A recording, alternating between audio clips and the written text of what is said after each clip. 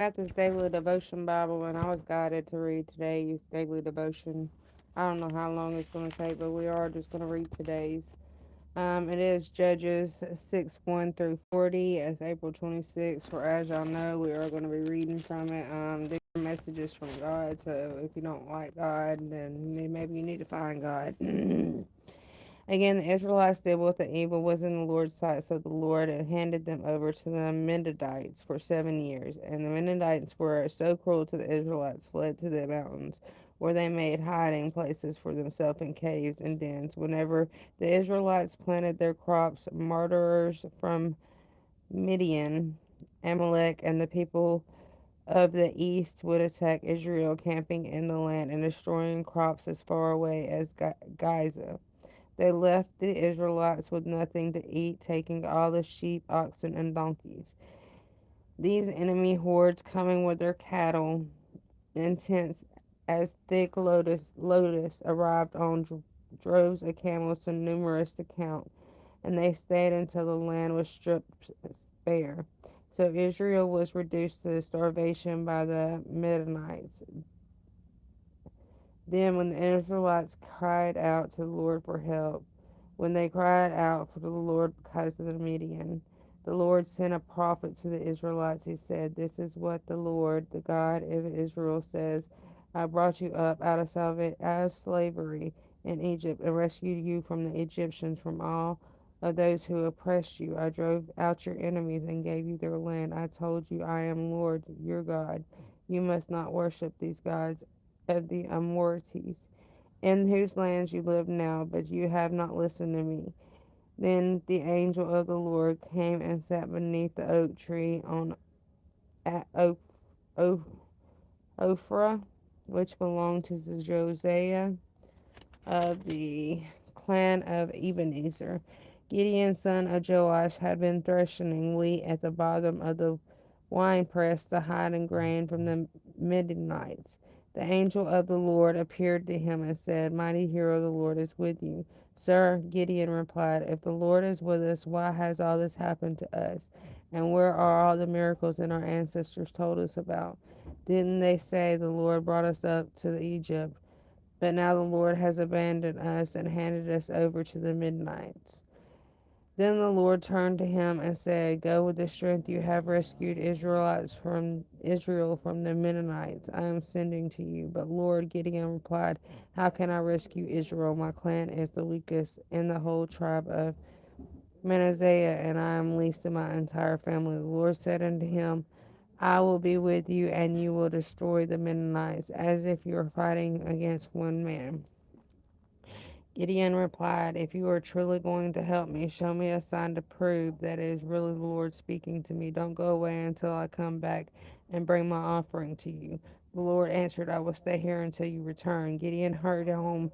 He cooked a great goat and half a bushel of flour. He baked some bread without yeast, and carrying the meat in a basket and the broth in a pot, he brought them out and presented them to the angel who was under the oak tree.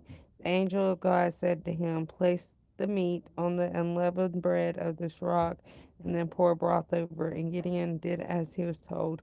Then the angel of the Lord touched the meat and the bread with a staff in his hand, and fire flamed up from the rock and consumed all he had brought, and the angel of the Lord disappeared. When Gideon realized that it was the angel of the Lord, he cried out, "Sovereign Lord, I have seen the angel of the Lord face to face. It is all right." The Lord replied, "Do not be afraid. You will not die." And Gideon built an altar to the Lord. There the name of the Lord is Peace. The altar remains in Ophrah, in the land of the clan of Ebenezer, to this day. That the night and the Lord said to Gideon, "Take the second best bull from your father's herd, the one that is 7 years old, pull down your father's altar to Baal, and then cut down the Asherah pole standing beside it, and build an altar to your goddess here on the hill.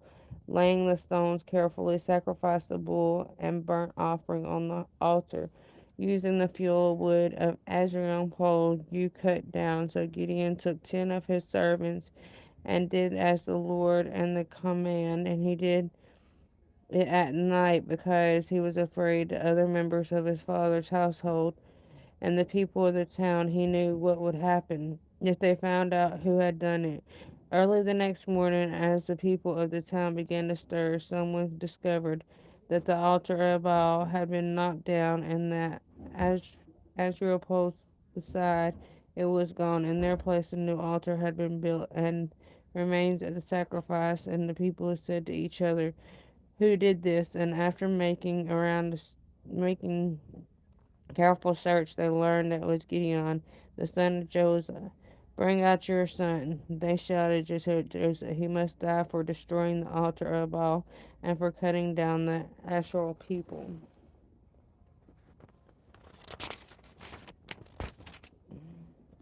But Joseph shouted to the mob, "Why are you defending Baal? Will you argue his case? Whoever pleads his case will be put to death by morning. If Baal truly is a god, let him defend himself and destroy from the one who knocked down his altar." From then on, Gideon would be called Jerusalem, which means "let Baal defend himself," because he knocked down his Baal's altar.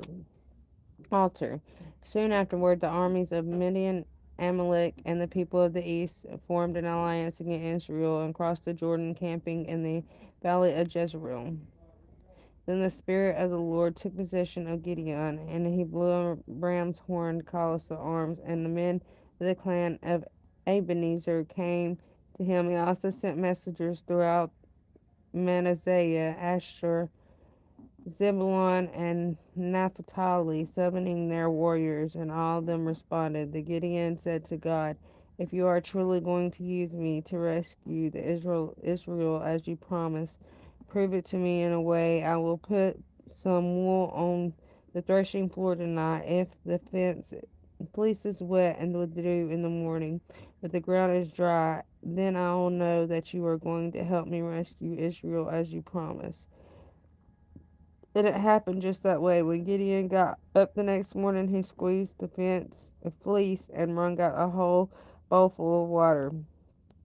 And then Gideon said to God, "Please don't be angry with me, but let me make one more request. This time let the fleece remain dry while the ground around it is wet with dew." So that night God did as Gideon asked. The fleece was dry in the morning, but the ground was covered with dew. So this is going to Luke 22:54-23 to 12. So the leaders of the mob arrested him, Jesus, and led him to the high priest's residence, and Peter was following far behind. The guards fired in the courtyard, sat around, and Peter joined them there. A servant girl noticed him in the firelight and began staring at him. Finally, she said, "This man is one of Jesus' followers." Peter denied it. "Woman," he said, "I don't even know that man." After a while, someone else looked at him and said, "You must be one of them." "No, man, I am not," Peter replied.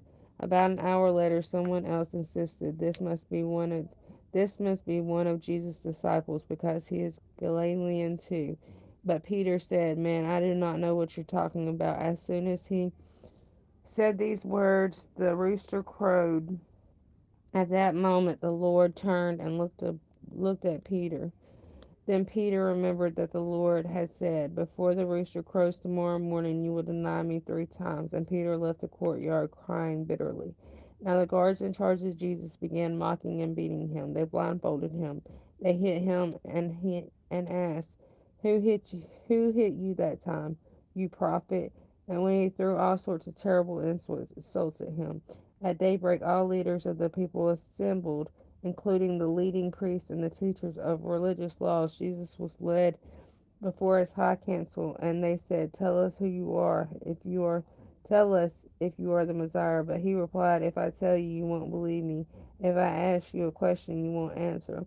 But time is soon coming when I, the Son of Man, will be sitting at God's right hand in the place of power." They all shouted, "Then you claim you are a son of God." And he replied, "You are right in saying that I am. What need do we have for other witnesses?" They shouted. "We are ourselves heard him say it."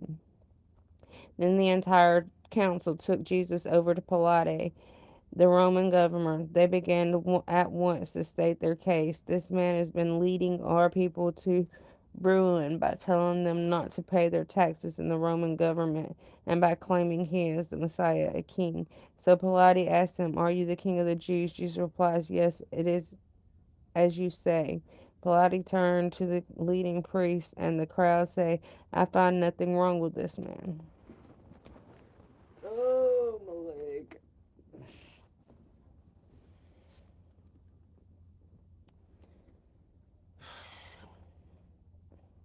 Then they became desperate, but he is causing riots everywhere. He goes all over Judea from Galilee to Jerusalem. Oh, he is a Galilean, Pilate asked. When they answered that he was, Pilate sent him to Herod Antipas, and because Galilee was under Herod's jurisdiction, the Herod happened to be in Jerusalem at the time.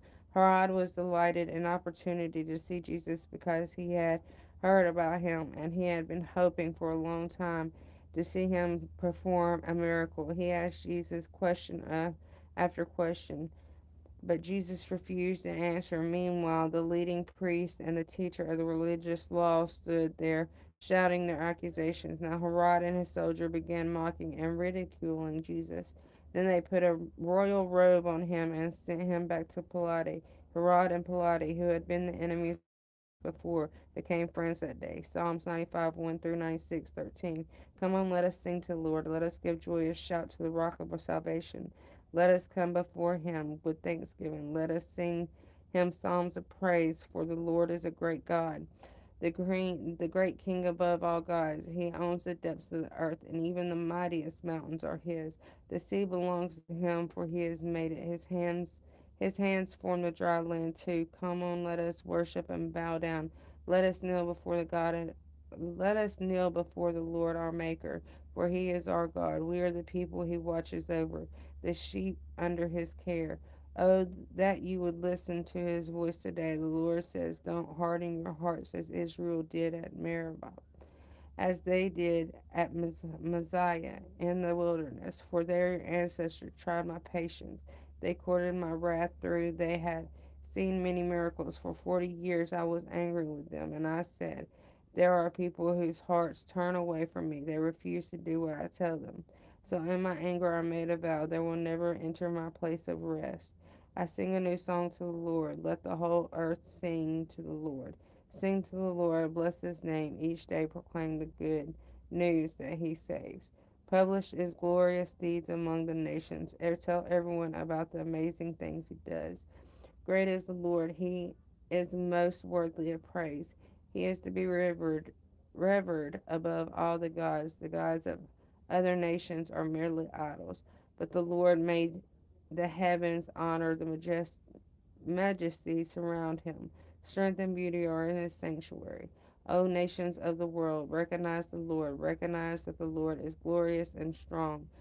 Give to the Lord the glory he deserves. Bring your offering and come to worship him. Worship the Lord in all his holy splendor. Let the earth tremble before him. Tell all the nations that Lord is king. The world is firmly established and cannot be shaken. He will judge all peoples fairly. Let the heavens be glad, and let the earth rejoice, and let the sea and everything in it shout his praise. Let the fields and their crops burst forth with joy. Let the trees in the forest rustle with praise before the Lord. For the Lord is coming. He is coming to judge the earth. He will judge the world with righteousness and all the nations with his truth. Proverbs 14, 5 through 6. A truthful witness does not lie. A faultlessness breathes lies. A mocker seeks wisdom and never finds it, but knowledge comes easy to those who wonder.